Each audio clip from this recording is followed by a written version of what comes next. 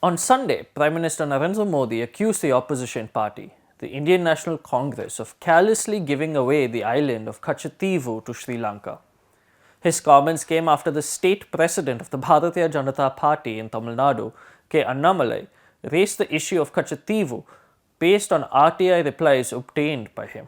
External Affairs Minister Subramaniam Jaishankar on Monday held a press conference where he outlined how the barren, uninhabited island about 24 kilometers from Ramanathapuram became a part of Sri Lankan territory, accusing the Dravid Munnetra Kazhagam or the DMK in Tamil Nadu and the Congress of being responsible for the detainment of over 6,000 Indian fishermen and 1,100 vessels in the last 2 decades. While the controversy around Katchatheevu continues to play out, as a result of the 1976 boundary agreement, Sri Lanka recognized the resource-rich Wadge Bank, about 80 kilometers seaward from Kanyakumari, as Indian territory.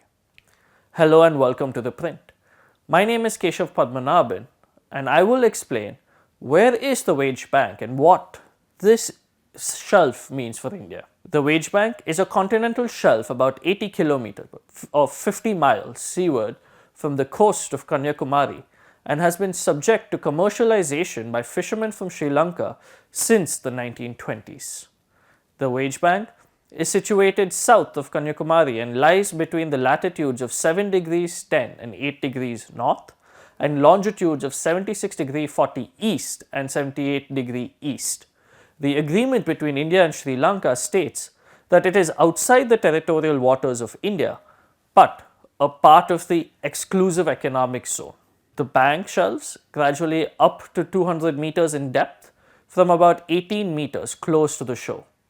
Wadge Bank covers about 3,000 square miles and is about 115 sea miles from Colombo to its east. A 1957 study published by the Fisheries Research Station in Ceylon, present-day Sri Lanka, said. The 1957 study also said that the Wadge Bank was home to one of the world's few successful tropical trawl fisheries for several years, highlighting the resource-rich nature of the continental shelf for fisheries. The seabed consists of sand and shell and is rocky in places. The first survey operations were carried out in 1907 by Captain Hornell and Captain Cribb in the fishing trawler Violet on behalf of the Ceylon Pearl Fishery Company. A report by the Committee on Fisheries of the Government of Madras noted in 1929. In 1928, the fishing trawler Lady Goshen surveyed the Wadge Bank. The 1929 Government of Madras report noted that the area of Cape Comorin, which is present-day Kanyakumari, is the best known deep-sea fishing ground. The 1957 study published by the Ceylon Fisheries Research Station said, the first Wadge Bank trawler operations were in the nature of surveys, and the first of all was carried out in 1907 by Captain Cribb with much difficulty in the trawler Violet. Due to insufficient engines, the trawler could not operate a full-size trawl, but good catches were obtained despite this.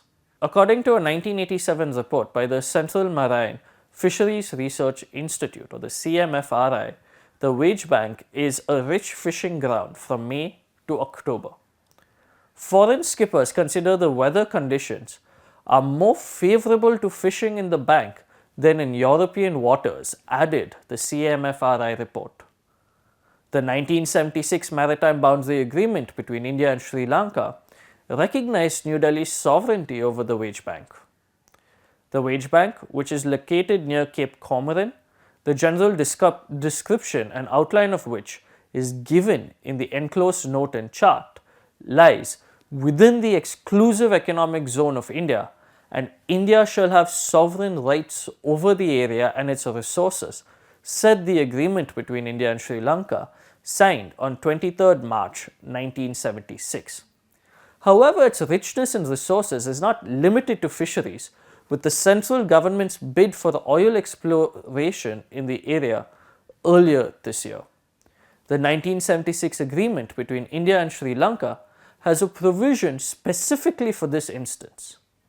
If the government of India decides to explore the Wadge Bank for petroleum and other mineral resources during the period mentioned in subparagraph 2, the government of India shall notify to the government of Sri Lanka the zones reserved for such exploration and the date of commencement of exploration.